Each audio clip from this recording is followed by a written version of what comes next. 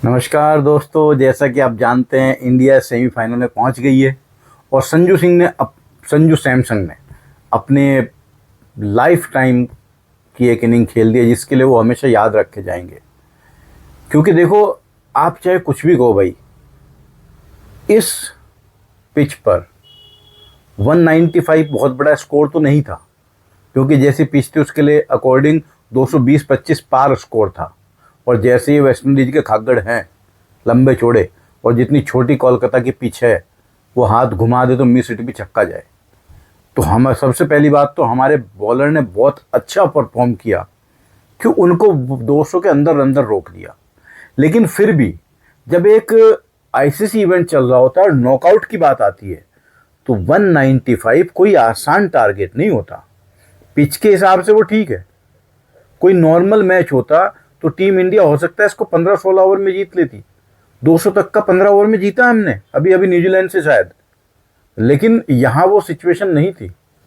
आप देख लो अभिषेक शर्मा किस तरीके से खेल रहा है, उसके ऊपर वर्ल्ड कप का प्रेशर साफ साफ दिख रहा है कि मुझे वर्ल्ड कप में कुछ करना है, कुछ करना है। शायद वो उससे बाहर नहीं आ पा रहा है। इसीलिए अब मैं हर बार ये कहता हूं कि देखो, टीम में कोई ना कोई मैच्योर प्लेयर भी चाहिए जो कोलैप्स को आकर संभाल ले, जैसे विराट कोहली किया करता था। अभी साउथ अफ्रीका के अगेंस्ट जो एकदम से कोलैप्स हुआ था, उसका कारण क्या था कि बीच में कोई ऐसा प्लेयर नहीं था जो फिर उस टाइम पर थोड़ा टिक कर सेंसिबल इनिंग खेलता जाए, उसके अराउंड सारे हिटिंग करते जाएं। तो संजू सैमसन ने जिस तरीके की इनिंग खेली उसके लिए वो जाना नहीं जाता, वो जनरली अपना विकेट फेंक के आ जाता है। फिर उसने बताया भी कि मैं 10 सालों से देख रहा हूं कि यार विराट कोहली ये काम कैसे कर लेते हैं, शायद मुझे वैसे ही करना चाहिए। एक सिंगल भी शॉट उसका ऐसा नहीं है कि उसने बल्ला फेंका। बॉल रोकने की आ रही है, उसे लग रहा है इस पर सिंगल हो सकता है तो सिंगल लिया, अदरवाइज तो रोक दिया। जो बॉल स्लॉट में मिली उस पर मारा। अब अभिषेक शर्मा फिर से खराब इनिंग खेल के गए। देखिए, अगर वो एक बॉल पे 0 रन में आउट हो जाए तो T20 में नुकसान कम होता है, लेकिन 10 बॉल में 11 रन या 15 बॉल में 16 रन ये ज़्यादा नुकसान करते हैं T20 में। मेरा ये बिल्कुल फर्म बिलीफ है। बट उसके बाद फिर ईशान किशन, उसका चलो कैच चला गया, लेकिन वो खेल अच्छा रहा था, रन रेट मेंटेन रखा। सूर्य कुमार यादव जब आउट हुए तो उस टाइम पर अपना जो रन रेट था रिक्वायर्ड वो 12 के आसपास जाने वाला था। फिर जो छोटा सा कैमियो खेला तिलक ने, तिलक के लिए अच्छी बात ये वापस फॉर्म में आ गए। अब वो वापस अपने शॉट खेल रहे हैं, और वैसा नहीं कि 20 पे 25 या 25 पे 26 बनाए, 15 बॉल में 27 रन बनाए। उसने टीम को थोड़ा सा बूस्ट दिया, और बीच बीच में जहां संजू को खराब बॉल मिलती रही वो उसको बाउंड्री पर भेजते रहे। हार्दिक पांड्या एक छोटा सा कैमियो खेल के गए, हालांकि उन्होंने कोई बहुत ज़्यादा रन नहीं बनाए, लेकिन ठीक है, स्टडी रहा उस टाइम पर इनिंग। उस टाइम पर संजू सैमसन ने उनकी डॉट बॉल का नुकसान पूरा करते रहे वो। फिर शिवम दुबे जब आया, जिसने जो परफेक्ट यॉर्कर मारी शमार जोसफ ने, उसकी बॉलिंग में 1% भी कोई कमी नहीं थी। लेकिन वो शिवम दुबे का ब्रिलियंस थी या कुछ भी कहो, कि उसने 2 बॉल पे लगातार चौके मारे। नहीं तो आखिरी ओवर में अगर भाई आप सोचो 15 रन बचते या 14 रन बचते तो दिक्कत आ जाती है। जितना जल्दी हो सके आखिरी ओवर में कम से कम रन होने चाहिए। वो तो पहली बॉल संजू को पैर पे मिल गई और उसने अपने एरिया में मारा। वही एरिया जहाँ वो बार बार आउट भी होता है, वही एरिया उसका स्ट्रॉन्ग भी है।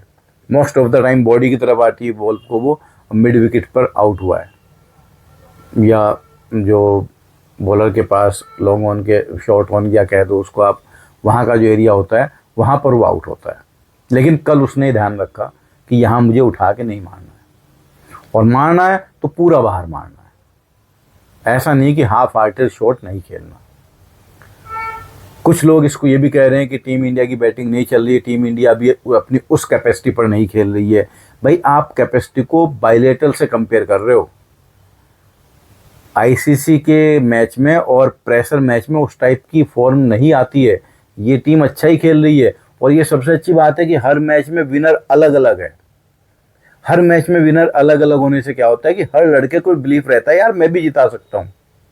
अगर हर मैच में ओपनर ही जिताता रहेगा, टॉप 3 जिताते रहेंगे, तो नीचे वालों की कभी प्रैक्टिस ही नहीं हो पाएगी, और उनको ये कभी बिलीफ नहीं होगा कि हम भी जिता सकते हैं। जैसे ही ऊपर वाले आउट होंगे किसी मैच में, सारा का सारा कोलैप्स आ जाएगा, जैसे साउथ अफ्रीका में आया था।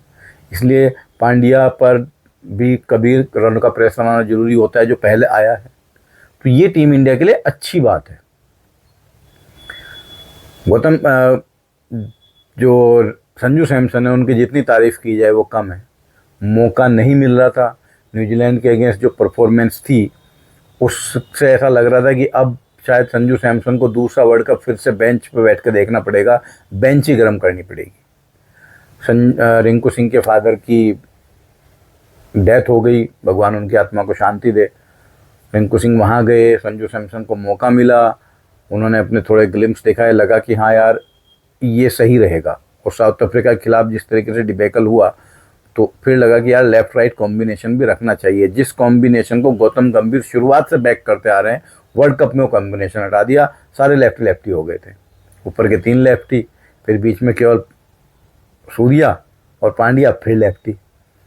तो उन्होंने देखा कि इस लेफ्ट राइट को भी बैलेंस करना पड़ेगा। संजू ने बैलेंस ही प्रोवाइड कराया और टीम को स्टेबिलिटी भी प्रोवाइड कराई। संजू वो प्लेयर है, भले इंटरनेशनल लेवल पर वो टेस्ट मैच नहीं खेला, लेकिन 4 डे मैचेस टीम इंडिया में डोमेस्टिक बहुत खेले हुए हैं और ऐसे प्लेयर की जरूरत होती है। आप बाकी टीम्स में देखो ना, टेस्ट मैच खेले हुए प्लेयर खेल रहे हैं, वो प्लेयर T20 में अपने आप को ढाल लेते हैं और जब कोलैप्स आता है तो उसको बचा भी लेते हैं। ये बड़ा जरूरी है, टीम इंडिया इसको मिस कर रही थी, अदरवाइज अपनी टीम में सब कुछ बढ़िया चल रहा है। तो दोस्तों, अगर आपको वीडियो पसंद आया तो चैनल को लाइक और सब्सक्राइब कीजिए। फिर नेक्स्ट वीडियो में मिलते हैं किसी और मुद्दे के साथ। तब तक के लिए जय श्री राम, जय भारत, जय हिंद।